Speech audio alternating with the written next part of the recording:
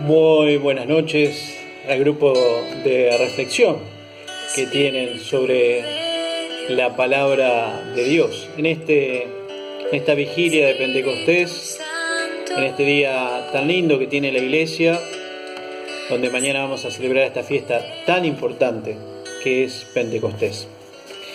Me han pedido que los ayudara o juntos tratemos de pensar el capítulo 9 del libro de los Hechos de los Apóstoles. Qué interesante, porque en el libro de los Hechos de los Apóstoles, en el capítulo 9, lo primero que nos encontramos es el relato, el primero de los tres relatos que aparece en el libro de los Hechos de los Apóstoles, de la conversión de Pablo, de Saulo, ¿no? Este Saulo que respiraba y persecución sobre los cristianos y que quería irse a la provincia de Siria, de Damasco, con poderes del sumo sacerdote de Jerusalén, para llevar cautivos y encadenados a todos los que profesaran seguidores del camino, como se les conocía en ese momento a los discípulos, ¿no? A los que seguían a Jesús. ¿Qué nos encontramos en ese relato del capítulo 9 de Pablo, ¿no? De la conversión de Pablo? Vemos ahí que aparecen imágenes como que estaban contenidas también ya en el Antiguo Testamento, las famosas teofanías del Antiguo Testamento. Una luz deslumbrante, una voz del cielo que aparece y la persona que se postra, ¿no? La postración en el mundo judío es el reconocimiento del señorío de Dios, ¿no? Que Dios es el Señor, que el Señor es el Señor, ¿no? Recordemos que así también Saulo se había postrado Saulo el rey, ¿no? Allá por el capítulo Génesis 17:3, al percibir la presencia de Yahvé, ¿no? Lo que después sigue en el relato es la identificación de Cristo con sus discípulos. Es interesante, le dice: Saulo, Saulo, ¿por qué me persigues? ¿No? Jesús se identifica con cada uno de los discípulos. Los discípulos son otros Cristo, o, para decirlo de una mejor manera, es el mismo Cristo. Y ahora después vamos a ver por qué nos va a ir desencadenando este capítulo 9, sobre todo cuando nos empieza a contemplar la acción misionera de Pedro, ¿no? El Cristo viviente está manifestado en los discípulos, está con ellos, se identifica con los discípulos. Va a aparecer otro personaje que es Ananías, que va a objetar, le va a decir: Señor, ¿cómo me vas a mandar a mí? ¿No? Fíjese, este Saulo que venía a hacer la suya, al recibir esto, tiene que postrarse, caer y ya debe dejarse conducir, porque está ciego, ya no ve más, ¿no? No ve más. La gran tentación entonces de todos es querer hacer la nuestra, hacer la que a mí me parece, lo que yo creo que está bien en fidelidad a Dios. Jesús lo que le va a pedir a Saulo es: déjate conducir por el Espíritu, ¿no? Y le va a decir: andá y esperá que te van a llegar, te van a venir a imponer las manos, ¿no? Y tiene que esperar, sin ver. Y Ananías, Dios le invita en la oración a que vaya a imponer las manos, ni más ni menos que a Saulo, que era el perseguidor, ¿no? Este Ananías va a objetar, otra vez, la lógica humana, la lógica de lo que a mí me parece, lo que yo creo, ¿no? A mí me parece que este hombre no viene. Mirá, y ahí Jesús le va a dar el fundamento de la misión de Pablo. Mirá que a ese hombre, al que vos no le querés dar porque pensás que es un obstáculo para la evangelización, para el anuncio del reino, yo lo he elegido, ¿no? Qué lindo poder descubrir esto, que la lógica de Dios en el llamado no entra dentro de nuestras lógicas. En los llamados no entra nuestra lógica. Dios llama al que quiere, como dijo en Marcos 3:14 o 3:15 o 3:13, ¿no? Llamó a los que Él quiso para que estuvieran con Él y enviarlos a evangelizar, ¿no? Dios tiene entonces toda esa cuestión de fondo, que Dios tiene un plan que ve mucho más allá de nuestra lógica y de lo que nosotros podemos creer o entender, ¿no? Bueno, por eso le podemos pedirle al Señor esa gracia concreta de poder experimentar lo que él hace, su obra, ¿no? Y le dice, bueno, mira, yo lo he reservado, él va a sufrir mucho, andá y imponer las manos, ¿no? Porque lo he reservado para una misión importante, ¿no? Qué lindo poder descubrir eso, que Dios nos reserva para una misión. Pero para ingresar a la comunidad Pablo va a necesitar también entonces de otro miembro. No se entra así porque yo recibí una inspiración, porque se me apareció el Señor en el camino, porque yo creo. Sino es la comunidad la que tiene que salir al encuentro y es la comunidad lo que la va a recibir a Pablo, ¿no? Y le va a imponer las manos y le va a llenar del Espíritu Santo. Esto es muy bueno tenerlo en cuenta, ¿no?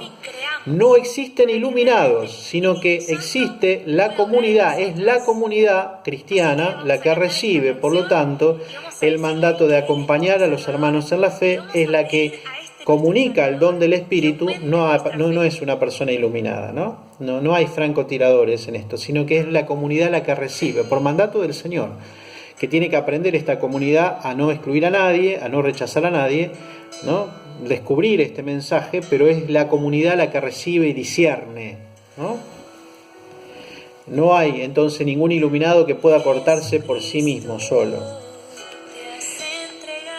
Después, el autor de los Hechos de los Apóstoles, que se dice que es San Lucas, va a retirar a Saulo de la escena, ¿no? Después de este relato, ¿no? Abre un paréntesis que será llenado por el apóstol Pedro, ¿no?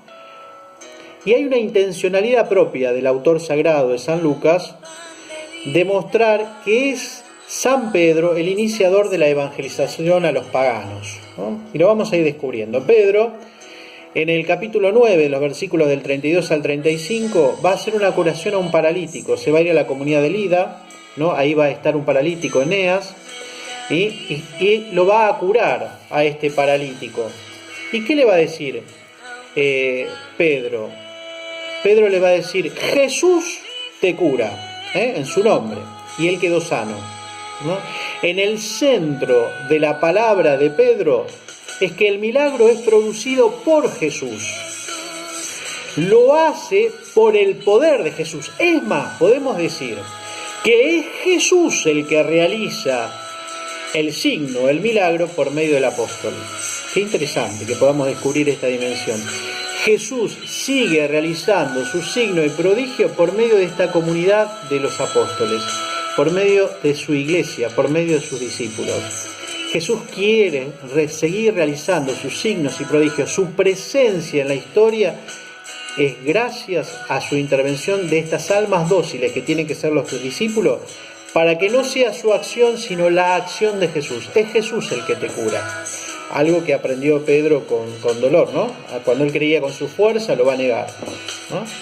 Lo va a negar al Señor cuando él creía con su fuerza. Ahora no son su fuerza, es Jesús. La fuerza de Jesús es la fuerza de su Espíritu. Después nos va a presentar en el capítulo 9, versículos 36 al 43, la resurrección de una mujer. Que es interesante este texto, porque esta mujer en Jope, Jaffa ahora, ¿no? Llamada Tabitá, es la única vez en la Biblia que se va a utilizar la palabra discípulo en femenino, ¿no? Le va a decir que esta es discípula, Tabitá. Es una mujer que realiza obras de misericordia, es una mujer que sostiene con sus aportes a la acción evangelizadora de la comunidad cristiana, ¿no? Y podemos descubrir entonces que estos signos que realiza Pedro, por ejemplo, hizo lo mismo, sacó a todos como hizo Jesús, ¿no? Los sacó a todos para afuera y le pidió a la mujer que se levante y la mujer se levantó.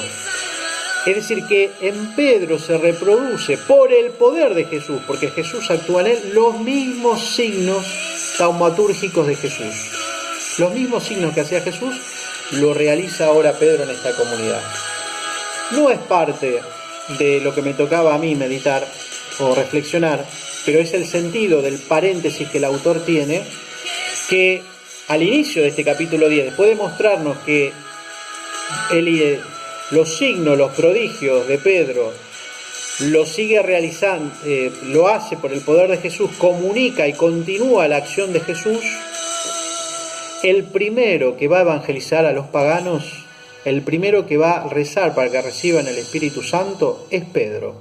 Y lo va a hacer con Cornelio, en la casa del centurión Cornelio, como podemos descubrir en el capítulo 10 de los versículos del 1 al 48, ¿no? Eso será la reflexión de a quien me suceda en la reflexión de este capítulo. Pero es interesante porque el planteo nos pone a Pedro primero. ¿Se acuerdan que en el Evangelio de Juan, cuando van corriendo a la tumba, aunque corre más rápido, el discípulo amado no entra, porque la primacía la tiene Pedro, ¿no? La primacía por disposición del Señor la tiene Pedro. También en los Hechos de los Apóstoles, la primacía en la evangelización a los paganos la tiene Pedro. Después el gran apóstol de los paganos será Pablo, será Saulo, pero el primero, el que tiene la iniciativa, siguiendo las mociones del Espíritu, es ni más ni menos que Pedro. Pedro el primero que tiene que confirmar a sus hermanos en la fe.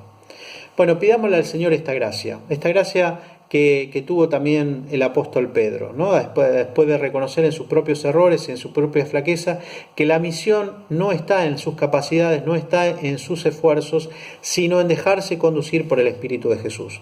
Que en este Pentecostés seamos renovados con esa fuerza de lo alto, en la docilidad a ese Espíritu para que Él nos conduzca y seamos signos creíbles y visibles de Cristo que continúa estando en la historia a través de esta comunidad que es la Iglesia.